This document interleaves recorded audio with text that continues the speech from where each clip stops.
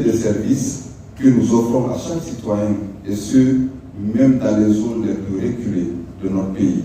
Il s'agit entre autres de 262 réfrigérateurs solaires, de 8 véhicules frigorifiques, 2 camions frigorifiques, 4 chambres froides pour les 4 régions, 729 caisses isothermes, 800 porte-vaccins, 4 camions secs, 343 motos pour la stratégie avancée dans la communauté, 2 véhicules de supervision, 50 kits de prise en charge des cas de rougeole.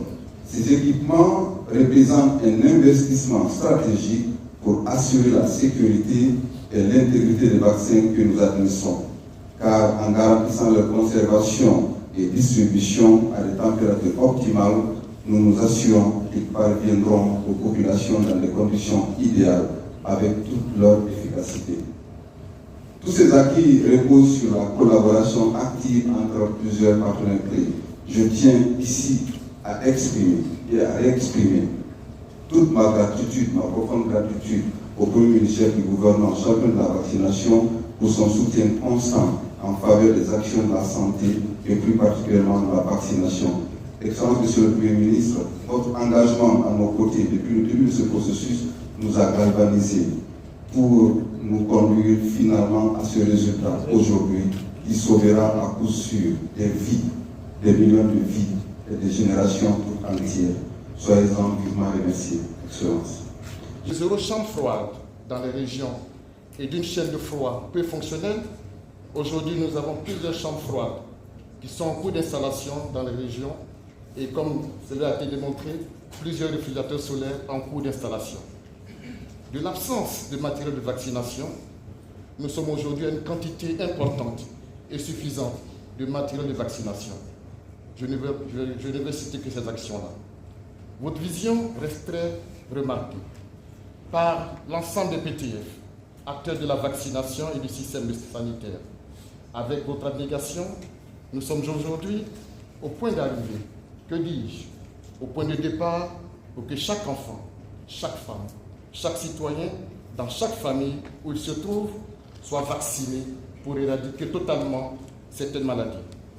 Monsieur le ministre, on le sait, la faible couverture vaccinale en Guinée a entraîné l'émergence de plusieurs épidémies, notamment la poliomyélite, la diphtérie, la coqueluche, la fièvre jaune et la rougeole. Je ne parlerai pas du nombre important des enfants zéro dose. Mais aujourd'hui, cette action nous aidera à réduire l'incidence des maladies sur les enfants. Soyez-en remerciés, Monsieur le ministre.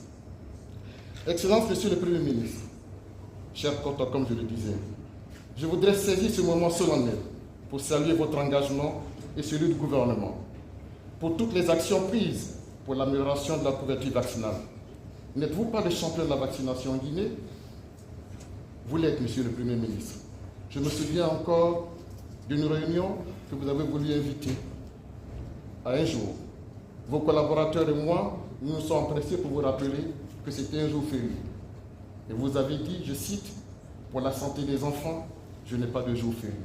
C'était le premier jour de parler d'une santé vaccinale. Merci, Monsieur le Premier ministre. Aux côtés d'un ministre de la Santé et de l'Hygiène publique, du budget, de l'économie et des finances, vous avez personnellement poussé pour que la Guinée adhère à l'initiative pour l'indépendance vaccinale. Nos remerciements au nom des PTF et des enfants, surtout en la mémoire de ceux et celles des enfants partis trop tôt par manque de vaccination ou qui en souffrent aujourd'hui. Monsieur le Premier ministre, Messieurs les ministres du pôle financier et les secrétaires généraux, je voudrais également saluer les efforts déployés par le pays pour le paiement à temps au financement des vaccins avec Gavi, s'élevant un peu plus de 2,8 millions déjà payés et couvrant jusqu'à l'année prochaine. Les enfants qui représentent notre avenir et qui sont au cœur de nos actions doivent bénéficier d'une attention particulière en assurant leur immunisation contre les maladies évitables par la vaccination. Nous leur offrons non seulement une meilleure chance de survie, mais aussi la possibilité de s'épanouir pleinement et de grandir en bonne santé. C'est avec une profonde satisfaction et une conviction partagée que nous nous réunissons aujourd'hui pour la signature du mémorandum d'entente et la lettre de garantie en faveur de l'initiative de l'indépendance vaccinale. C'est un moment solennel, c'est plus qu'un acte administratif, il s'agit d'un engagement fondateur du gouvernement à ne pas accepter de revivre ce qui s'était passé en 2014. Parce qu'en 2014, il faut bien le rappeler, de la manière la plus incompréhensible, les autorités guinéennes de l'époque ont rompu le lien avec l'initiative de l'indépendance vaccinale, qui a fait qu'un vaccin qui coûtait, dans le cadre de l'initiative, presque 0,50 cents US, était obtenu à 12, 13, 14 $. La conséquence, c'est la rupture des vaccins pour l'immense majorité de la population, qui a amené une cohorte de jeunes d'avoir 0 dose.